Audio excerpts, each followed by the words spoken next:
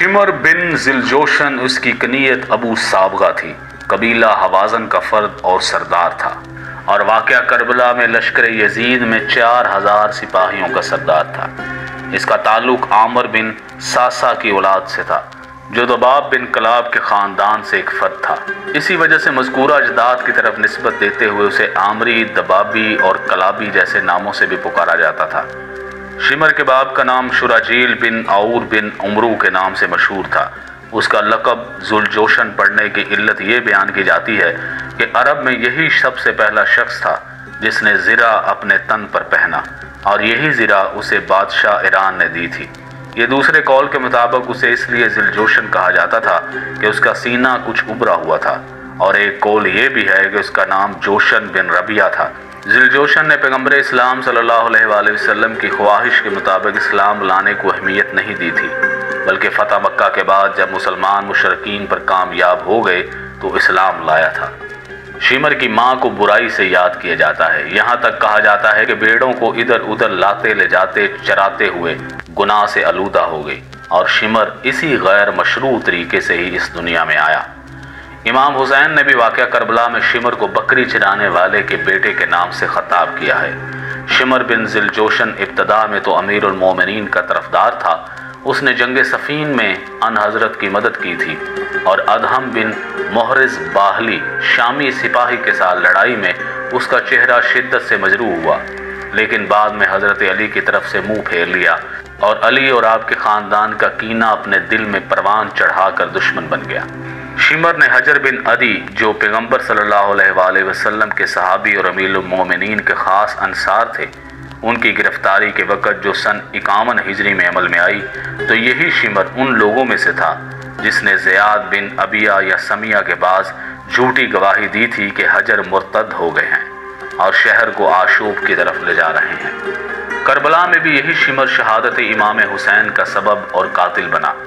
چونکہ مسلم بن عقیل سن 60 ہجری میں کوفہ میں قیام کیا، تو یہی ان لوگوں میں سے ایک اہم فرد تھا کہ جسے حاکم کوفہ عبید اللہ بن زیاد کی طرف سے مامور کیا گیا کہ لوگوں کو جناب مسلم کی اطراف سے دور کرے۔ اسی نے جناب مسلم کی باتوں کو فتنہ گری کا نام دیا اور کوفیوں کو شام کے سپاہیوں سے ڈرایا۔ جب امام حسین کربلا پہنچے تو سعد کے بیٹے عمر، جو کوفہ کے لشکر کا کمانڈر تھا، جو جنگ و خون سے بچنے کا ارادہ رکھتا تھا اور مسالمت امیز حل کی راہ پر چل ہی رہے تھے، لیکن شمر کو ایسا لگا کہ ابن زیاد بھی ابن سعد کے ارادے سے موافق ہے، لہذا اس نے امام کے ساتھ جنگ کے لیے ابھارا۔ شمر قبیلے کی روایت اور جاہلیت کی رشتہ داری کی حفاظت کی خاطر یہاں تک کہ ام البنین کے فرزندوں ابو الفضل عباس نیز ان کے 3 دیگر بھائیوں کی مادر گرامی کے قبیلے سے تعلق رکھتا تھا۔ اسی بنا پر شمر نے ابن زیاد سے جناب عباس اور ان کے دیگر بھائیوں کے لیے امان نامہ حاصل کیا، لیکن اولاد ام البنین نے ہرگز اسے قبول نہیں کیا، بلکہ اس پر اور اس کے امان نامے پر لعنت بھیجا تھا، اور امام کے پہلو ہی میں مدد و نصرت کرتے ہوئے اپنی جان قربان کر دی۔ عاشورہ کی صبح کے دن شمر ابن سعد کے لشکر میں بائیں بازو کی فوج کی سرداری کا عہدہ اپنے ذمہ لیے ہوا تھا۔ جب عبداللہ بن عمیر قلبی شہادت کو پہنچے تو اسی شمر نے اپنے غلام رستم کو حکم دیا کہ وہ ایک نیزے سے زوجہ عبداللہ جو ان کے سرحانے تشریف فرما تھی انہیں قتل کر دے۔ نتیجے میں پہلی خاتون کربلا میں درجہ شہادت کو پہنچی۔ عصر عاشورہ میں اور شہادت امام حسین سے قبل شمر نے ارادہ کیا کہ جس خیام کے اندر امام کا ساز و سامان اور ان حضرت کے اہل حرم تھے، انہی خیمے پر حملہ آور ہو کر انہیں تاراج کر دے، لیکن امام نے اسے اس کام سے سختی سے روکا اور شمر واپس پلٹ گیا۔ شمر نے تیر اندازوں کو حکم دیا کہ وہ لوگ امام کے بدن مبارک کو نشانہ بنائیں۔ پھر اسی کے فرمان کے مطابق تمام سپاہیوں نے امام کی طرف حملہ کیا، اور ان لوگوں میں سے سنان بن انس اور زریہ بن شریک نے امام پر آخری ضربات وارد کی تھی۔ بعض روایت میں نقل ہوا ہے کہ شمر امام کے سینہ مبارک پر بیٹھا تھا اور ان حضرت کا سر مبارک پس گردن سے جدا کیا تھا۔ قبیلہ حوازن کے سردار شمر کی راہبری میں کربلا کے 20 سرہائے شہداء لے کر کوفہ کی طرف گیا تھا، اور ابن طاؤس کے نقل کے مطابق 12 سر مبارک شہداء کربلا کے لے کر ابن زیاد کے پاس گیا تھا۔ کہا جاتا ہے کہ عمر بن سعد کے آگے آگے شہداء کربلا کے سروں کو لے جاتا تھا۔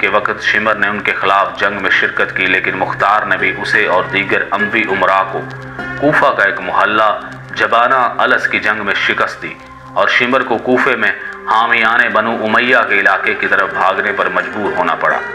مختار نے پھر سے ایک گروہ کو اپنے غلام ضربی کے ساتھ اس کے پیچھے بھیجا تو شمر نے بھی مختار کے غلام کو قتل کر دیا اور ساتیدہ نامی کریا کی طرف بھاگا، اور پھر وہاں سے شوش اور سمیرہ نامی گاؤں کے درمیان کلتانیہ نامی کریا کی طرف بھاگا اور ایک خط مصعب زبیر کے لیے بھیجا کہ جو مختار کے ساتھ جنگ کے لیے آمادہ تھا، لیکن مختار کے بعد سپاہیوں نے شمر کا محاصرہ کیا اور ایسے حالات میں بھی اس کے ساتھی فرار ہو گئے تھے، نیز اسے واصل جہنم کیا اور اس کا سر مختار کے پاس بھیج دیا۔ اس کے منحوس بدن کو کتوں کے سامنے ڈال دیا گیا تھا۔ ادھر مختار نے بھی شمر کے سر کو محمد بن حنفیہ کی خدمت میں روانہ کر دیا۔ امام حسین علیہ السلام نے روز عاشورہ شمر سے کہا، رسول خدا صلی اللہ علیہ وآلہ وسلم نے سچ فرمایا کہ گویا مجھے سفید و سیاہ کتا نظر آ رہا ہے کہ میری اہل بیت کا خون پی رہا ہے۔ شمر من جملہ ان افراد میں سے تھا کہ جسے حاکم کوفہ عبید اللہ بن زیاد کوفہ کے لوگوں کو حسین بن علی کے سفیر مسلم بن عقیل کے اطراف سے دور کرنے کے لیے دارالامارہ کے اوپر بھیجا تھا۔ جس وقت کوفہ کے لشکر کا کمانڈر عمر بن سعد نے حاکم کوفہ کو ایک خط لکھا کہ حسین بن علی آمادہ ہو گئے ہیں تو واپس چلے جائیں یا لیں، تو حاکم کوفہ عبداللہ بن زیاد نے مشورہ دیا اسے قبول کر لینا چاہیے،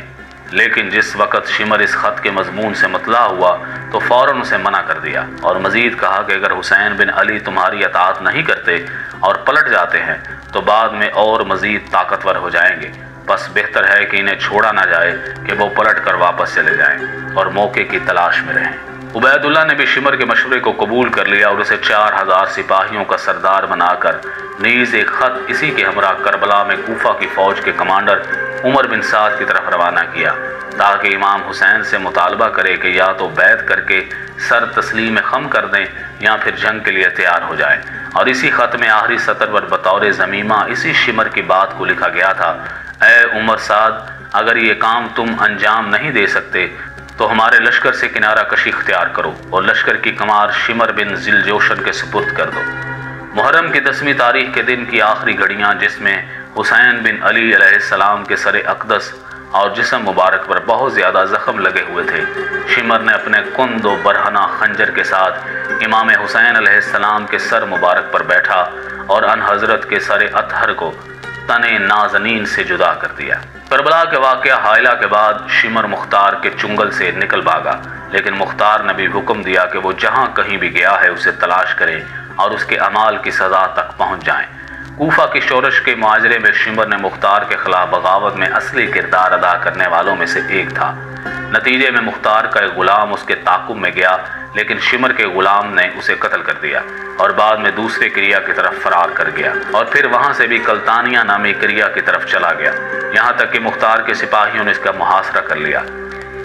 شمر کو گرفتار کیا گیا اور مختار کے پاس لائے۔ مختار نے حکم دیا کہ اس کی گردن اڑا دیں اور اس کے جسد کو ایک کھولتے ہوئے تیل کی دیگ میں ڈال دیں، اور مختار کے ساتھیوں میں سے ایک نے اپنے پیر سے شمر کے سر کو کچلا تھا۔ عبد الرحمن بن عبد کہتا ہے کہ میں نے ہی شمر کو ہلاک کیا تھا۔ مختار کی نگاہ جیسے ہی شمر کے سر بریدہ پر پڑی،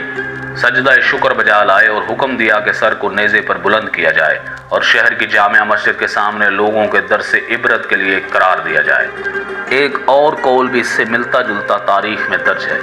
ابو عمرہ نے شمر کو گرفتار کیا اور مختار کے پاس لایا۔ مختار سقفی نے اس کے سر کو بدن سے جدا کیا اور اس کے بدن کو کھولتے ہوئے روغن کی ایک دیگ میں ڈالا۔ مختار کے ساتھیوں نے اس کے سر کو پیروں سے کچلا اور پھر اس کا سر محمد بن حنفیہ کے پاس بھیجا تاکہ ان کی تسکین کا سبب بن جائے۔ شیخ توسی بھی اپنی کتاب امالی میں شمر کی سزائے موت کے سلسلے میں تحریر کیا ہے۔ ابو عمرہ ایک گروہ کے ساتھ شمر کے تعاقب میں گیا اور ایک مسلحانہ جھڑپ میں اسے زخمی کیا، پھر قیدی بنا لیا۔ مختار کے پاس اسے لایا گیا۔ مختار نے حکم دیا کہ اس کی گردن اڑا دی جائے اور اس کے جسد کو ایک تیل کے کھولتے ہوئے دیگ میں ڈالا گیا تھا، اور مختار کے ساتھیوں میں سے ایک نے شمر کے سر کو اپنے پاؤں تلے کچل ڈالا بھی تھا۔